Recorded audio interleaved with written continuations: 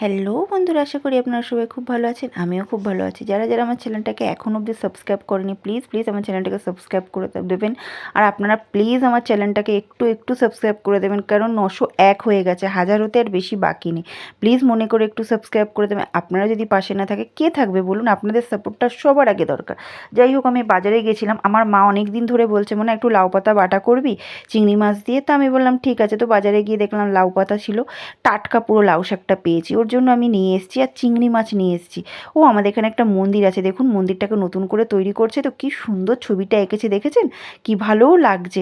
যাই হোক, সঙ্গে কাঁচা আম নিয়ে এসেছিলাম, কাঁচা আমটা দিয়ে চাটনি করব বলে, একটু মিষ্টি মিষ্টি চাটনি, একটু ঝাল ঝাল, বেশ খাওয়ার পাতে খুব ভালোই লাগে। আর চিংড়ি মাছ দিয়ে লাউ পাতাটা বেটেছি না, এত সুন্দর টেস্ট হয়েছিল, হবেই না কেন বলুন বন্ধুরা? বেশি করে চিংড়ি মাছ দিয়েছিলাম, যতটা চিংড়ি মাছ দিতে পারবেন পাতায় ততটা তো টেস্ট হবেই, তাই না?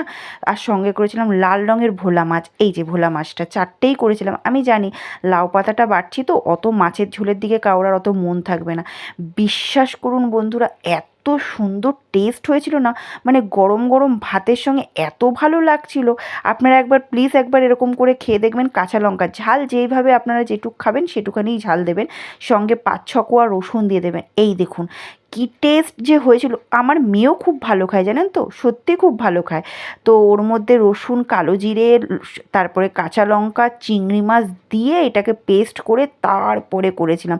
তেলটা একটু বেশি লাগে, কিছু করার নেই, টেস্টি খাবার জন্য তো তেল বেশি দিতে হবেই।